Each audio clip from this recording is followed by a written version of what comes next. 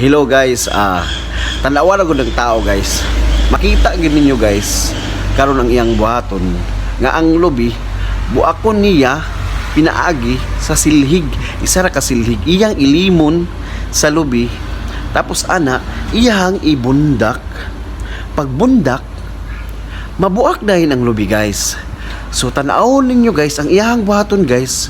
Mabilib gud mo kay first time pud ko nakita anak guys sa iyang gibuhat guys. So tan-awan ninyo guys i-check ninyo guys kung unsa og mabilib mo sa iyang buhaton. Okay guys. Lang ting-ting. Bababasag yan. Ikot mo lang ganon. Oh. Pagka tingin nyo na gumitna na, yan, sa kamalpukpok. Dukti.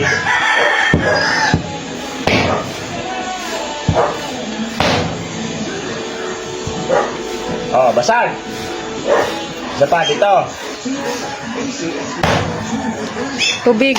Oh, ba? Oh, ang galing pagkaputol, oh. Yan.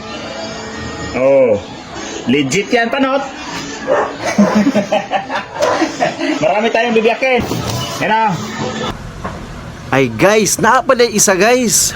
Pwede din sa gamiton guys ang tie wire sa pagbuak sa lubi. So tan-awon ninyo karon guys kay iyahang gitisting ang gagaina ang silhig. Tapos karon tie wire na pod. Nindot po siya ba kung mas okay siya kay sulid ang tie wire gamiton sa pagbuak sa lubi. So makatesting na mo og makita ninyo more po ninyo buhaton sunod kung kamo magkinahanglan og wala mo'y sundang. Alambre yung gamit. Oh. Hindi siya nabasag. Pag alambre yung gamit, pag matigas ang gagamitin mo, tulad dito, maganda ang pagkabiyak, pagtay.